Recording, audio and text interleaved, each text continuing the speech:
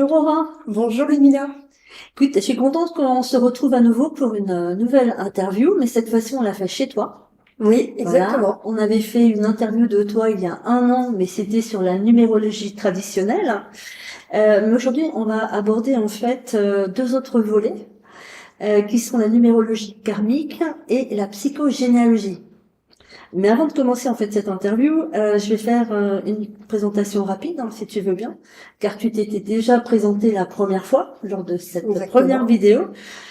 Voilà. Alors tu n'as pas toujours été numérologue, tu as exercé plusieurs métiers, mais tu as eu un vrai coup de cœur en 2002, alors que tu rencontrais une amie qui t'a fait un petit jeu de numérologie. Exactement. Et ça a déclenché une passion. Exactement.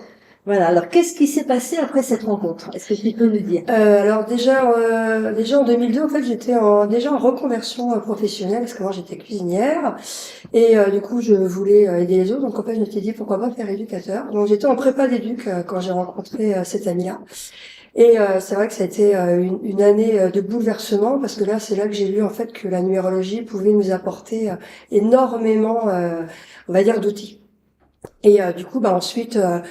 J'ai déménagé sur Angers, parce qu'avant j'étais sur Le Mans, et après j'ai fait une formation en tant qu'éducatrice, en même temps que du coup me former en numérologie. Donc là, tu es parti sur de la numérologie, donc traditionnelle, karmique et généalogique. Exactement. Mais comme on en a parlé donc de la traditionnelle, aujourd'hui je vais te questionner davantage en fait sur la karmique. Alors, est-ce que tu peux nous expliquer ce que c'est que la numérologie karmique?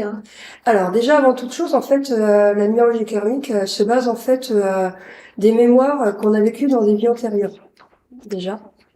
Donc du coup, moi en fait, j'utilise le tarot de Marseille pour expliquer en fait les mémoires karmiques. Donc il y en a quelques-unes, et en fait on peut on peut expliquer notre parcours sur notre vie en fait, qui va du coup être lié à ce qu'on a vécu dans des vies antérieures.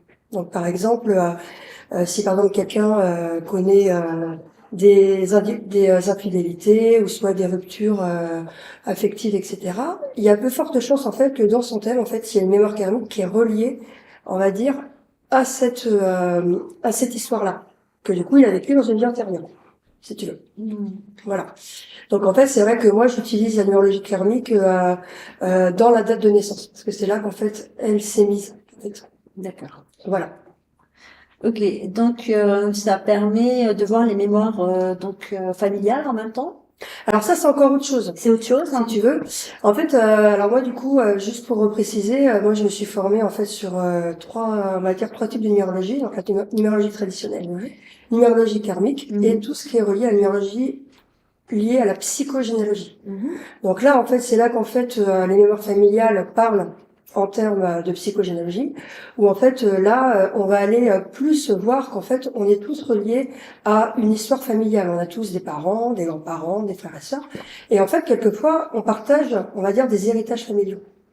Et en fait moi j'ai créé une méthode pour du coup on va dire voir nos loyautés familiales qu'on a à travers du coup le tissage familial, on va dire que ce soit avec nos parents, nos grands-parents, que ce soit du côté paternel ou maternel. Est-ce que tu as une anecdote par rapport à ça, une personne qui vient te voir et justement par rapport à la numérologie familiale en fait En fait, la plupart des gens s'intéressent vraiment à ce courant-là, la psychogénéalogie, parce qu'en fait, ils s'aperçoivent que des fois, on peut avoir des blocages conscients ou inconscients dans notre vie, et en fait, on s'aperçoit que c'est relié aussi, par exemple, à l'histoire, par exemple, du papa. Donc, admettons, le papa, par exemple, il n'a pas été reconnu, on va dire, légitimé par son père, forcément, l'enfant, on va dire, va aussi avoir des problèmes de reconnaissance avec ses pairs. Parce qu'en fait, pour la petite subtilité, en fait, en numérologie, on peut savoir que du coup, alors ça c'est vraiment relié au fondement de Pythagore, où du coup, par exemple, le papa c'est lui qui donne les fondations et c'est la maman en fait qui, on va dire, qui nourrit en fait les fondations du foyer.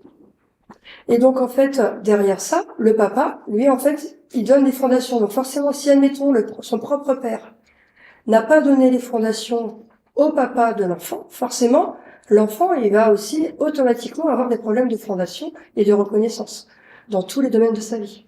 Donc j'ai eu le cas typique cette semaine, on va dire, parce que pour la petite anecdote, la personne en fait avait du mal en fait à se projeter, voilà, se projeter, mettre des choses en place, ça ne fonctionnait pas. Et tout de suite, j'ai vu dans le thème que du coup, voilà, il y avait il y avait une petite coquille en fait concernant l'histoire du papa. Et en fait, je lui ai dit, je pense que vous n'avez pas été reconnu par votre papa, le géniteur. Et il me dit effectivement, comment vous savez? Je dis, bah, c'était écrit dans votre écrit.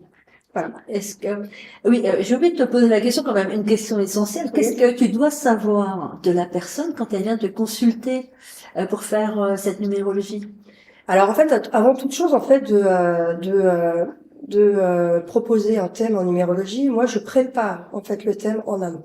Donc en fait, je propose de le faire en écrit.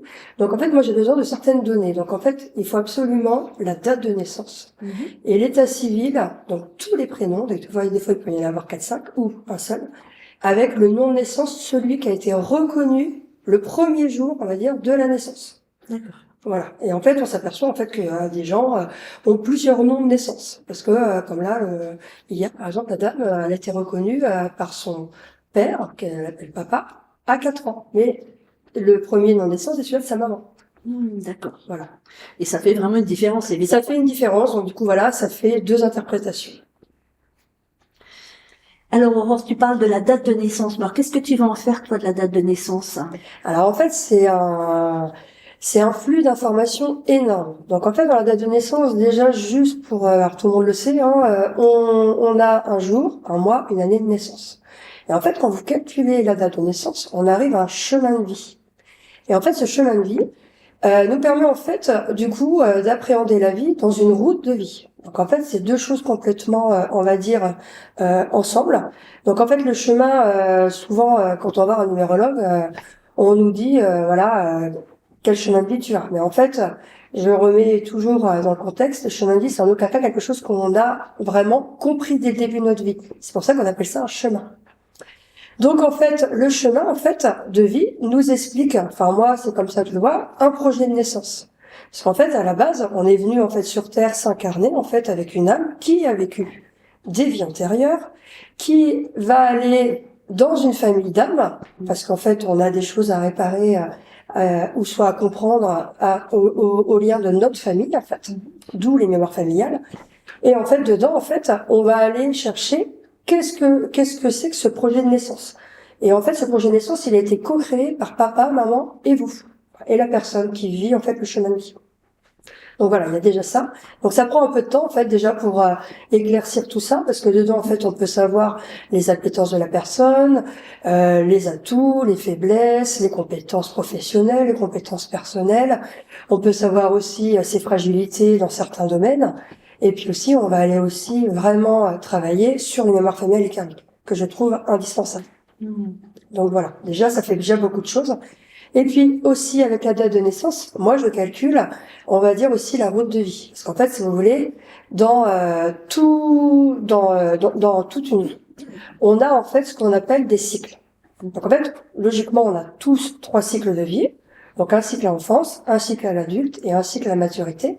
Et en fait, ça, c'est des passages, en fait. On a des choses à comprendre. Et ça, c'est calculé avec le jour, le mois et l'année de naissance. C'est pour ça qu'en fait, c'est très important de comprendre à quoi sert, on va dire, tous les nombres de votre date de naissance. Voilà. Ça me fait penser à presque à une carte astrologique, quoi. Exactement. Et c'est ce que je dis souvent, en fait, la numérologie, c'est un outil comme l'astrologie, comme l'astrologie chinoise. En fait, c'est les mêmes constats, sauf qu'en fait, c'est pas la même approche. Mais en tout cas, c'est un peu pareil. C'est un peu pareil. Exactement. Et alors, qu'est-ce que tu vas faire, toi, du nom de naissance et des prénoms? Parce que tu as besoin de tous les prénoms. Exactement. À quoi ça va te servir? Alors, en fait, moi, c'est ce que j'explique toujours en début de séance. En fait, votre date de naissance, c'est votre vitrine. C'est ce que vous montrez, en fait, au monde. Donc, soit à la collectivité ou à votre famille. Mais bien entendu, en fait, notre état civil complet. En fait, par exemple, je suis sûre que toi, Ludmilla, on ne sait pas si tu as d'autres prénoms derrière Ludmilla. Et ben en fait, ça, du coup, c'est en fait ta carte à toi. C'est-à-dire, on va dire, voilà, ta carte mère, c'est ce que j'appelle en fait vraiment notre projet d'âme. Moi, j'appelle ça comme ça. Donc en fait, on calcule chaque lettre de votre état civil. pour du coup en fait amener en fait un tableau qui s'appelle une boîte à outils. Et en fait dedans, on a une boîte qui est, on va dire, reliée à 9 domaines de compétences. Et en fait, à l'intérieur de ça, chacun a ses outils. Et bien entendu, par exemple, ces outils, en fait, peut-être ne peuvent pas être on va dire, en cohésion avec votre date de naissance. C'est pour ça que moi, du coup, je remets tout en lumière. Pour vraiment mettre, du coup, la personne vraiment dans son projet d'âme, hein. Parce que c'est ça qui compte. C'est-à-dire que, du coup, chacun a ses outils, mais si, par exemple, tu sais pas, du coup, avancer dans ta vie et t'as pas tes outils, forcément, c'est un peu plus compliqué. Qu'est-ce que ça peut être un outil, par exemple? Bah, par exemple, du coup, on peut savoir, par exemple, dans la boîte à outils, quelle relation, en fait, a la personne avec son papa.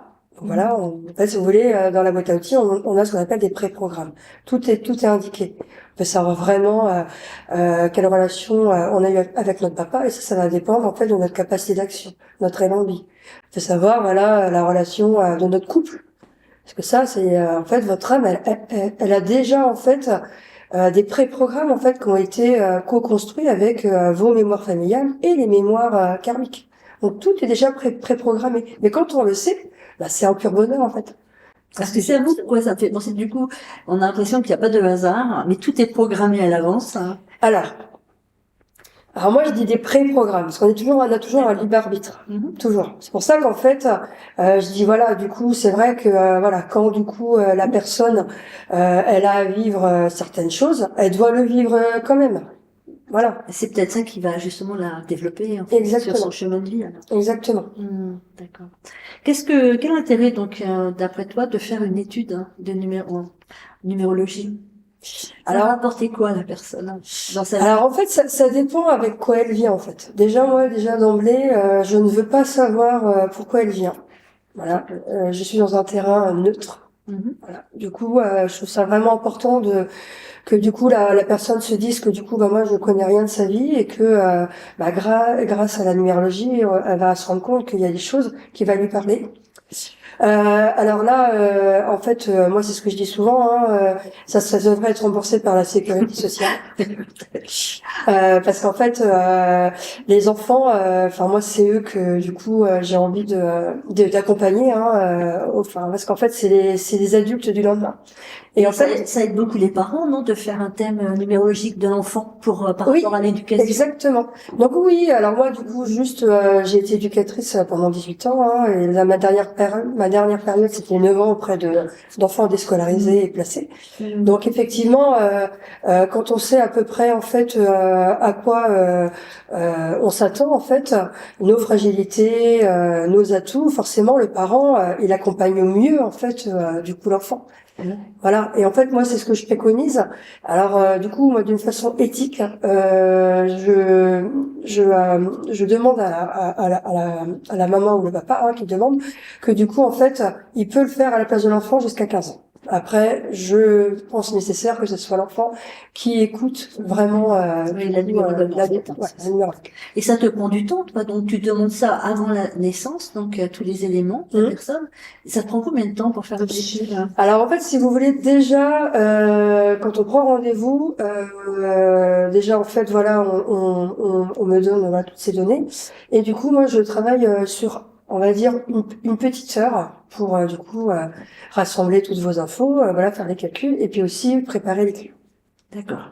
Voilà. Donc le travail se fait en amont. Voilà, en amont. Exactement. Et la personne arrive à ton cabinet et tu développes avec la personne. Exactement, en fait, comme support avec la feuille de route. Voilà. Alors moi j'ai eu l'opportunité en fait de faire une étude de numérologie avec toi. Alors j'étais extrêmement bluffée évidemment parce que en fait j'ai l'impression que tu apprenais, enfin tu me disais qui j'étais, voilà, et tu m'as donné quelques outils en fait pour avancer sur mon chemin de vie.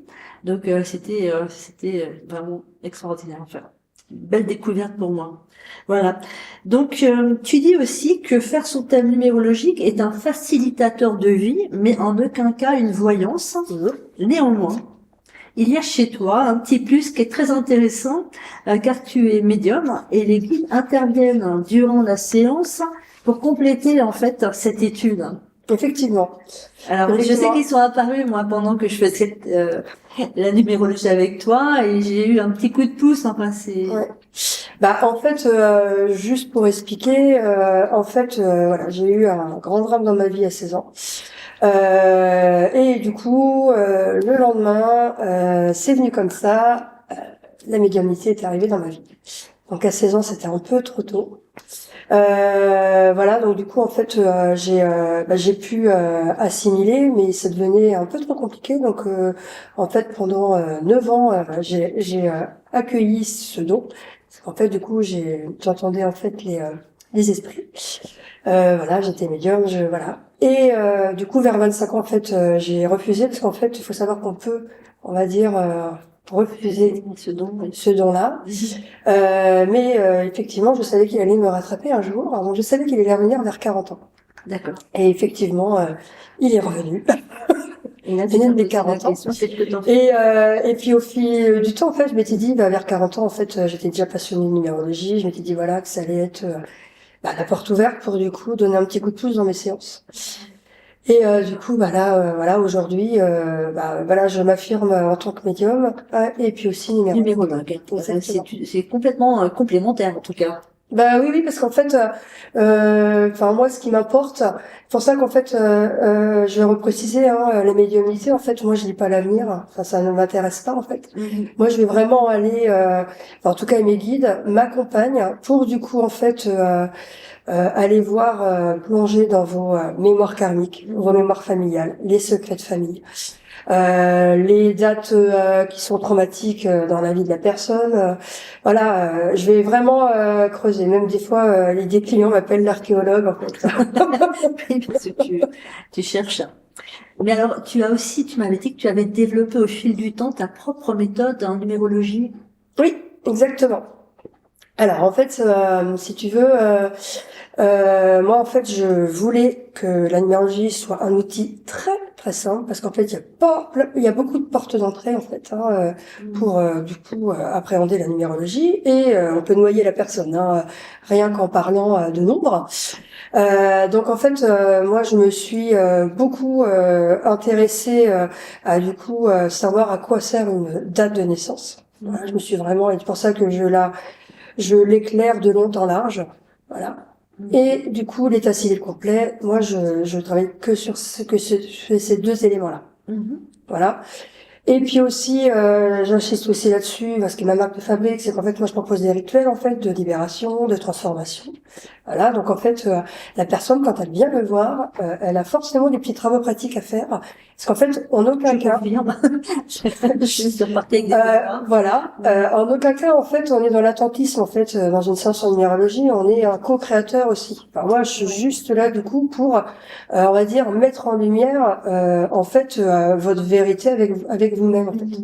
Donc, forcément, effectivement, une séance, ça chamboule, on va dire, avec moi, parce que, du coup, je vais aller creuser et puis aller chercher, du coup, là où il faut aller améliorer, en fait, certains aspects de votre vie. Est-ce que tu peux nous faire une lecture en numérologie de l'année 2024? Qu'est-ce qui nous attend en fait? Alors en fait, l'année 2024, quand du coup on l'additionne, on arrive à 8. Donc 2 plus 2 plus 4, ça fait 8. Donc en fait, on est dans une année 8 qui est reliée aussi à un cycle de 9 ans. D'accord? Donc en fait, si vous voulez, là l'année 8 nous explique que en fait on a du coup des choses à comprendre sur notre souveraineté. Alors juste en aparté, je vais m'aider en fait de la carte de la justice. Parce qu'en fait, moi j'utilise le tarot de Marseille. Oui, on n'en a pas parlé, mais tu utilises le tarot de Marseille. Alors c'est un support. Oui, exactement. C'est mon petit compagnon en fait. Où en fait, grâce au tarot de Marseille, je me suis aperçue qu'il y avait aussi des nombres sur les lames majeures.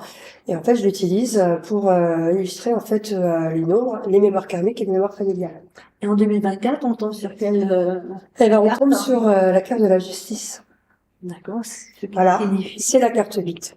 Ok. Donc déjà juste pour revenir, en fait 2024 est relié en fait à un cycle qu'on a commencé en 2020. Donc en fait 2020 on était en année 4, 2 et 2, ça fait 4. Et en fait, en 2020, tout le monde se souvient en fait de cette année, où du coup il y a eu le confinement. Et en fait, je me suis beaucoup intéressée à cette année-là et je suis remontée en fait 80 ans avant, où en fait 9 fois 9 ça fait 80. Et en fait, on s'aperçoit qu'on est en 1939. Donc en fait, on part du principe que la guerre a duré 6 ans, donc de 1939 à 1945. Donc là, 2020, on va aller jusqu'à 2026. Donc en fait, là, on est en 2024. Il nous reste encore 2 ans pour ce cycle on va dire, où en fait, il y a quelque chose qui est en train de se transformer. Donc c'est pour ça que le 8 nous invite là à en fait se dire qu'on va déconstruire pour reconstruire. Donc en fait, le 8, comme on voit la petite carte, en fait, on a quand même une couronne, on a une épée, une balance. Et en fait, cette femme-là, elle est souveraine. Donc en fait, on va demander à chacun cette année, en fait, de reprendre sa souveraineté. On va demander aussi à chacun, en fait, de reprendre sa place originelle. Et aussi, on va demander aussi aux gens, en fait, de voir si du coup, ils sont toujours, en fait, on va dire, dans leur domaine de la vie, en fait, de manière générale, est-ce que du coup, ils sont bien? Parce que pour revenir vraiment, l'année dernière, on était en année 7. C'était l'année du chariot, en tarot de Marseille. Et en fait, on devait reprendre nos rênes. Et là, cette année, en fait, on met dans la matière tout ce que du coup, on a conscientisé l'année dernière en 2023. Donc c'est vrai que c'est une année qui est très tumultueuse, parce qu'en fait, c'est une année où là, en fait, on reprend de droit, on va dire, notre pouvoir. Enfin, Voilà, notre pouvoir, exactement. Et aussi, on va aller chercher dans le 8 la réconciliation des hommes et des femmes, du pouvoir, on va dire, masculin et féminin.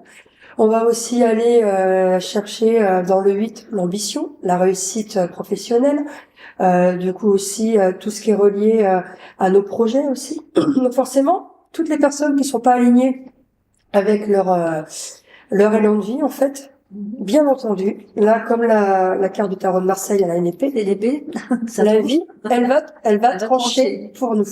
Voilà. D'accord. Et c'est vrai que moi j'ai beaucoup de personnes, du coup là c'est un peu compliqué dans les séances de numérologie, parce que là on voit bien que du coup quand le 8 dit c'est stop, ça s'arrête. Et en plus c'est beaucoup aussi relié à toutes les personnes qui sont chemin de vie 8 ou les personnes qui sont nées un jour 8 ou un mois 8. Effectivement, ça peut chambouler. D'accord, donc beaucoup d'espoir pour moi qui suis 4-8 cette année. Ce que tu m'avais fait remarquer, faut que je m'accroche quoi. Oui, et puis aussi se dire qu'en fait, on est aussi avec le 8 dans une ère de transformation aussi. Quand du coup on va aller chercher de se dire que les fondations sont plus bonnes, forcément, on va les déconstruire pour les reconstruire. Parce que là, l'année 8, moi j'ai eu ça en médiumnité, parce que quand on regarde l'année 2024, c'est divisé en le 20 et le 24. Le 24, c'est une mémoire familiale, dans ma méthode, où du coup, on va aller nous replonger sur nos héritages familiaux, nos engagements. Voilà, notre place avec notre famille, notre collectif. Donc forcément, le 24, pour toutes les personnes aussi qui sont nées en 24, forcément, sont aussi touchés. Sont aussi touchés. Il y en a pour tout le monde. Voilà, il y en a pour tout le monde. Voilà. Ouais. Mais juste pour vraiment rassurer, c'est une année en fait où le 8, il faut toujours se dire en fait que il y a toujours mieux. Donc en fait, si du coup il y a des choses qui s'arrêtent, c'est qu'en fait c'est pour dire qu'en fait c'est pour du mieux. Et forcément, il faut aussi chasser en fait les croyances limitantes, les héritages familiaux qui sont un peu compliqués, notre place que du coup on nous a donnée dans notre famille. On voit bien que là en fait les règles sont redistribuées dans tous les domaines. On voit bien dans le gouvernement. Mais le gouvernement là, il y a eu un remaniement il y a pas longtemps. Oui, c'est tout à fait normal en fait.